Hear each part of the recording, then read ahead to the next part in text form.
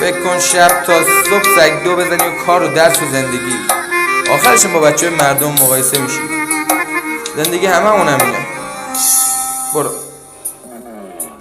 من یه پسر بیمار تکیه به کنج دیوار، من یه پسر خسته از دهن مردم، خسته هم از مقایسه شدم همیشه مقایسه با پسر مردم. من آره خودم میگم دایی خودم.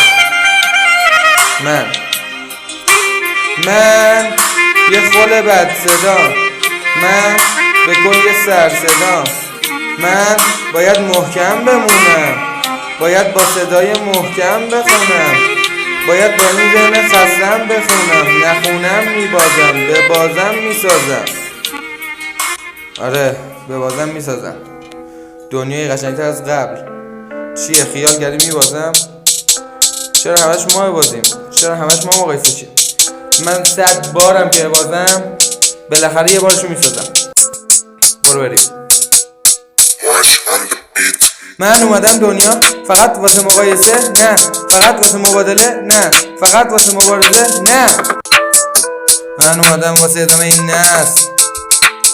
من اومدم واسه ادامه این نسل، واسه بیداری روستا، واسه بیداری شهرم، واسه بیداری استان، واسه بیداری ملت، واسه بیداری ایران، واسه بیداری ایران، واسه بیداری ایران، واسه بیداری دنیا.